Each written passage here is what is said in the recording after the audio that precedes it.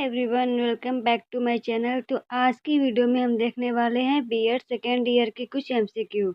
Paper code है हमारा 113। Subject है एजुकेशनल टेक्नोलॉजी यानी कि शैक्षिक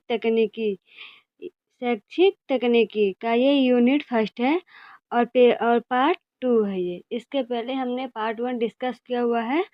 अब ये हमारा पार्ट सेकेंड है और ये यूनिट फर्स्ट का है। इसमें हमने कुछ एमसीक्यू जो है वो डिस्कस किया हुआ है। कुछ इसके पहले पार्ट फर्स्ट में हमने डिस्कस किया है, कुछ पार्ट सेकेंड में है और इसके बाद भी इसके कई सारे पार्ट्स आने वाले हैं। तो चलिए देखते हैं। शैक्षिक तकनीकी में शिक्षण प्रक्रिया है शिक्षक केंद्रित। जीवन में ज्ञान के व्यवस्थित प्रयोग करने की विधि को क्या कहते हैं? तो हमारा आंसर है तकनीकी। जीवन में ज्ञान के व्यवस्थित प्रयोग करने की विधि को तकनीकी कहते हैं।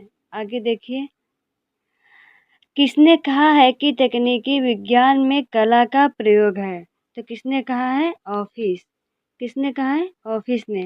इन्होंने क्या कहा है कि तकनीकी विज्ञान में कला का प्रयोग है। अगर ऐसा पेपर में आ जाए कि तकनीकी विज्ञान में कला का प्रयोग है, किसने कहा है, तो आप बता देंगे। 4 ऑप्शन देगा, आप बता देंगे ऑफिस। ऑफिस पे आप टिक कर देंगे।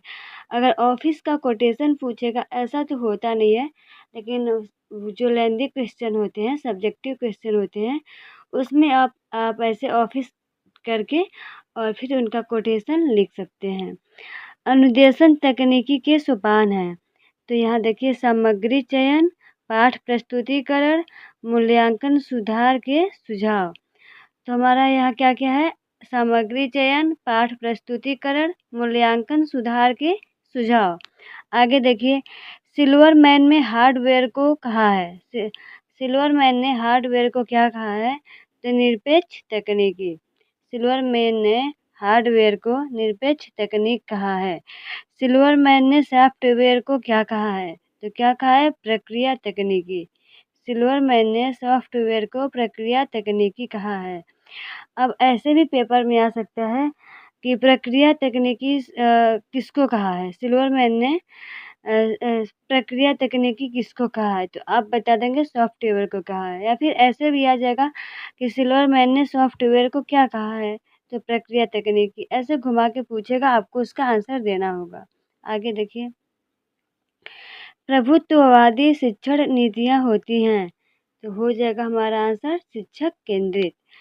आगे देखिए, किसके अनुसार मनुष्य की सीखने की दशाओं में वैज्ञानिक प्रक्रिया के प्रयोग को शैक्षिक तकनीकी कहा जाता है? तो रॉबर्ट ए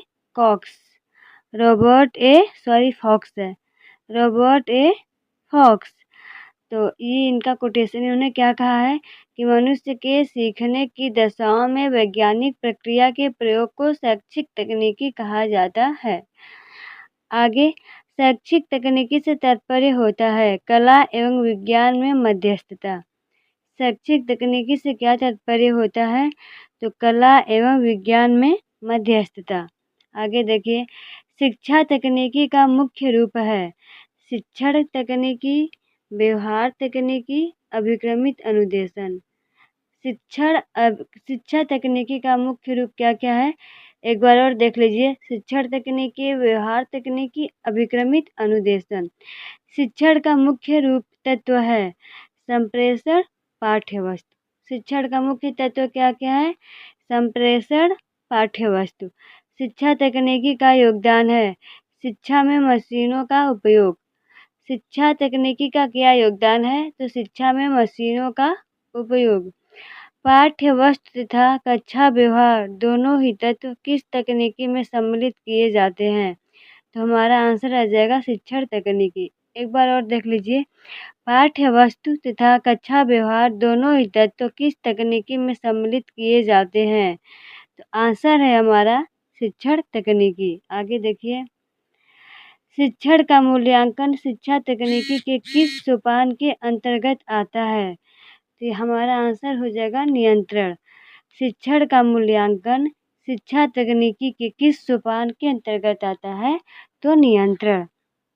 आगे, शिक्षण तकनीकी तृतीय है, तो क्या है ये? प्रणाली उपागम। शिक्षण तकनीकी तृतीय क्या है? प्रणाली उपागम। आपके पेपर में ऐसे भी आएगा कि प्रणाली उपागम शिक्षक तकनीकी का मतलब क्या है? तो आप बताएँगे तृतीय है।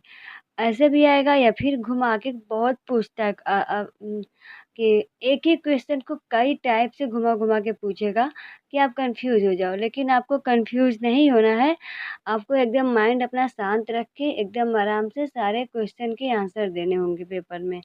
अपने माइंड को बिल्कुल भी डाइवर्ट नहीं करना है, ना इधर-उधर कुछ भी नहीं।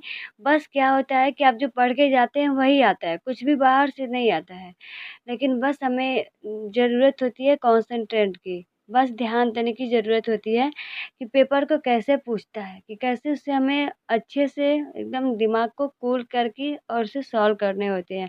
क्योंकि कई बार ऐसे होता है कि एकदम कन्फ्यूज़न हो जाता है कि ये क्या पूछ दिया? बाहर से पूछ दिया कि कहाँ से पूछ दिया? स्टूडेंट एकदम कन्फ्यूज़ हो जाते हैं, तो हमें कन्फ्यूज़ बिल्कुल नहीं होना है, एकदम इसे बारीकी से समझना है, ताकि पेपर को कैसे भी पूछे, घुमा के, फिरा के, कहीं से भी, कैसे भी, किसी भी वे में अगर पूछता है, तो हम आसानी से दे पाएँ आंसर। तो इसके लिए हमें क्या होगा एकदम बारीकी से पढ़ना होगा, ताकि एकदम कन्फ्यूज़ नहीं होना है, बिल्कुल आसानी से पेपर को देना है। तो ये रहे हमारे आज के कुछ एमसीक्यूज़ और ये हमारा पार्ट सेकंड था और इसके पहले हमने पार्ट 1 भी डिस्कस किया हुआ है। अभी इसके कुछ और पार्ट्स आने वाले हैं। तो अगर आपको वीडियो पसंद आई हो तो वीडियो को लाइक कर दीजिएगा और चैनल को सब्सक्राइब कर दीजिएगा ताकि ऐसे ही वीडियोज़ जब भी मैं वीडियोज़ डालूँ, आप तक नोटिफ़िकेशन पहुँच जाए और आप इसकी अच्छे से तैयारी कर सकें। तो आई होप आपको ये अच्छे से समझ में आ गया होगा। अगर समझ में आ गया होगा तो आप कमेंट में बता दीजिएगा और अगर किसी और टॉपिक पे आपको कोई कन्फ्यूजन है या फिर कोई बात